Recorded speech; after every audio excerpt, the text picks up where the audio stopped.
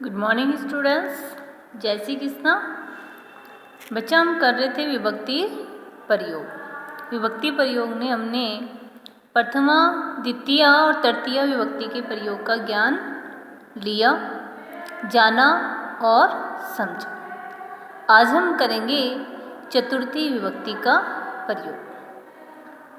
इसका नियम फर्स्ट है, तो बच्चा नियम देखते हैं। संप्रदान कारक में चतुर्थी विभक्ति होती है। कारक किसे कहते हैं ये हमने बताया था आपको। संप्रदान कारक कौन सा होता है? जिसमें किसी के लिए दान दिया जाता है उसे में चतुर्थी विभक्ति का प्रयोग होता है। ये हमने जान लिया। अब नेक्स्ट नियम देखते हैं। जिसको कुछ दिया जाता है, जिसको कुछ दिया जाता है अर्थात उसमें कौन सा कारक हो जाता है? जिसको कुछ देते हैं उसमें संप्रदान कारक हो जाता है, इसलिए उसमें कौन सी विभक्ति का प्रयोग होता है? चतुर्थी विभक्ति का प्रयोग होता है। फिर नेक्स्ट नियम है रुच धातु। रुच धातु यानी अच्छा लगना। तो रुच यानी अच्छा लगना अर्थ वाली धातुओं के साथ चतुर्थी विभक्ति का प्रयोग होता है। अर्थात जिसे कोई वस्तु अच्छी लगती है उस व्यक्ति में भी कौन सी विभक्ति का प्रयोग होता है? चतुर्थी विभक्ति का प्रयोग होता है। तो चतुर्थी विभक्ति कहाँ कहाँ होती है? एक, सबसे पहले जाना संप्रदान कारक में चतुर्थी विभक्ति होती है। दूसरा हमने जाना जिसको कुछ दिया जाता है उसमें भी चतुर्थी विभक्ति होती। रुच अच्छा लगना अर्थ वाली धातुओं के साथ भी चतुर्थी विभक्ति होती है। अर्थात जिसे कोई वस्तु अच्छी लगती है उस व्यक्ति में, जिस व्यक्ति को वस्तु अच्छी लगती है, वस्तु अच्छी लग रही है, वस्तु में नहीं, जिस व्यक्ति को वह वस्तु अच्छी लगती है उस वस्तु में चतुर्थी, उस व्यक्ति में चतुर्थी विभक्ति का प्रयोग होता है। ठीक है। अब नेक्स्ट नियम पे चलते हैं। क्रुद्ध है, द्रुह है, ईर्ष्य और असूये। क्रुद्ध यानी क्रोध करना, द्रुह यानी द्रोह करना, ईर्ष्या यानी ईर्ष्या करना, असूया यानी अच्छी नहीं लगना। ठीक है। तो ऐसी धातुओं जैसे कि क्रोध, द्रोह, ईर्ष्या, असूया, ठीक है, इत्यादि धातुओं का के योग में भी कौन सी विभक्ति होती है? द्वितीय चतुर्थी विभक्ति होती है। तो क्रोध, द्रोह, ईर्ष्या और असूया धातुओं के योग में जिसके ऊपर क्रोध आदि किया जाता है मतलब क्रोध का योग तो हो रहा है लेकिन क्रोध किस पर किया जा रहा है? क्रोध जिस पर किया जाता है उसमें चतुर्थी विभक्ति का प्रयोग होता है। अभी एग्जाम्पल्स लेंगे अपन। एग्जाम्पल्स के माध्यम से इनको नियमों को समझने का प्रयास करेंगे। समझ में आ गया?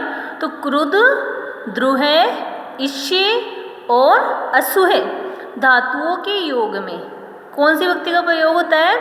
चतुर्थी विभक्ति का प्रयोग होता है। ठीक है। लेकिन चतुर्थी विभक्ति में भी ये पता चलता है कि जिसके ऊपर क्रोध आदि किया जाता है, कि क्रोध किस पर किया जा रहा है, जिस पर क्रोध किया जाता है उसमें चतुर्थी विभक्ति का प्रयोग होता है। ठीक है। नेक्स्ट नियम देखते हैं। नमः, जिसे पर बोलते हैं ओम श्री गणेशाय नमः, श्यामदेवाय नमः, कृष्णाय नमः। ठीक है। तो नमः स्वस्ति यानी कि कल्याण के लिए, स्वाहा जिसे अग्नि में अपन स्वाहा करते हैं ना, स्वाहा, अलम, ठीक है, वसड़ इंद्र के योग में वसड़ आदि के योग में भी चतुर्थी विभक्ति होती है। अगर वाक्य में, ठीक है, नमः, स्वस्ति, स्वाहा, अलम, वसड़ इत्यादि शब्द आते हैं तो इन शब्दों के साथ में भी चतुर्थी विभक्ति का प्रयोग होता है। ठीक है। नेक्स्ट नियम देखते हैं। हित सुख के योग में चतुर्थी विभक्ति आती है। हित मतलब कोई भी काम हम किसी की भलाई के लिए करते हैं तो हित, और यदि सुख उसके अंदर खुशी का या सुख का योग होता है तो वहाँ पर भी कौन सी विभक्ति आती है? चतुर्थी विभक्ति आती है। आशीर्वाद अर्थ वाले, आशीर्वाद जैसे हम किसी को गॉड ब्लेस करते हैं ना, कि तुम खुश रहो, ऐसे अगर अर्थ वाले शब्द आते हैं तो कुशलम या स्वागत, या तो कि कुशल रहो या आपका स्वागत है, जैसे शब्दों का प्रयोग करने पर भी चतुर्थी विभक्ति ही आती है। नेक्स्ट और लास्ट नियम है, जिस प्रयोजन के लिए कोई कार्य किया जाता है उसमें चतुर्थी विभक्ति होती है। भाई कोई भी काम हम कर रहे हैं तो वह किस प्रयोजन के लिए कर रहे हैं, किस चीज़ के लिए कर रहे हैं, उसमें भी चतुर्थी विभक्ति का प्रयोग होता है। अब देखो ये सारे नियम हमने रीड किए, इन सभी नियमों को हम 1 बाय 1 करके एग्जाम्पल्स के माध्यम से समझने का प्रयास करेंगे। ठीक है, तो जैसे सबसे पहला एग्जाम्पल लेते हैं, नर्प है ब्राह्मणाय धेनु ददाति।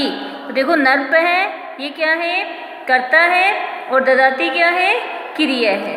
तो राजा ब्राह्मण के लिए गाय को देता है, राजा गाय तो दे रहा है लेकिन किसको दे रहा है, ब्राह्मण को।